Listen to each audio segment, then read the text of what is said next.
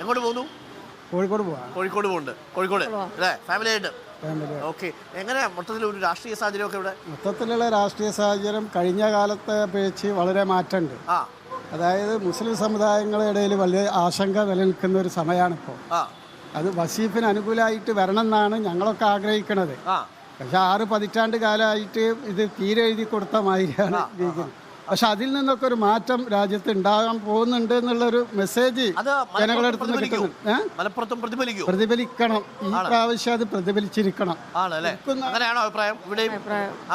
എന്തുകൊണ്ടാണ് LDF ആണോ UDF ആണോ കുറച്ചുകൂടി ന്യൂനപക്ഷ സമുദായങ്ങളുടെ പ്രത്യേകിച്ച് ഇപ്പൊ ലംഘിക്കപ്പെടുന്ന അവകാശങ്ങൾ സംരക്ഷിക്കാൻ പ്രാപ്തം? LDF ആണ്. അത് അത്ര വിശ്വാസം ഇല്ലേ UDFനെ?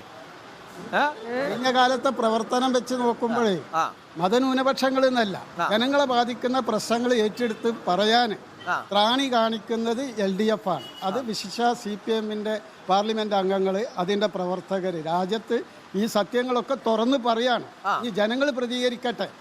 അതാണല്ലോ ഇപ്പോഴത്തെ സ്ഥിതി. ഓക്കെ. അപ്പോൾ നമ്മളിപ്പോൾ നിൽക്കുന്നത് കൊണ്ടോട്ടിയിലാണ്. അവിടെ മാറ്റങ്ങൾ വേണമെന്ന് ആഗ്രഹിക്കുന്ന ഒരു വിഭാഗമുണ്ട്. എങ്ങോട്ട് പോകുന്നു? വീട്ടിൽ പോകുന്നുണ്ട്. എന്ത് ചെയ്തു? പെയിന്റിംഗ് കോൺട്രാക്ട് ആണോ? ഈ അല്ല ചൂടത്ത് ഭയങ്കര പെയിന്റിങ്ങിന് വലിയ ബുദ്ധിമുട്ടല്ലേ?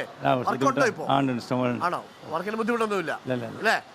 ഓക്കെ. എങ്ങനെയാ മൊത്തത്തിൽ മണ്ഡലത്തിലേക്ക് ആര് ഇവിടുന്ന് പോവും പെയിന്റ് അടിച്ച്? ആര് വന്നാലാണ് ഈ മണ്ഡലത്തെ പെയിന്റ് അടിക്കാൻ നല്ലത്? UDF വരണം. UDF. E.T. മുഹമ്മദ് ബഷീർ വരണം അല്ലേ? വരികയും ചെയ്യും. വരികയും ചെയ്യും.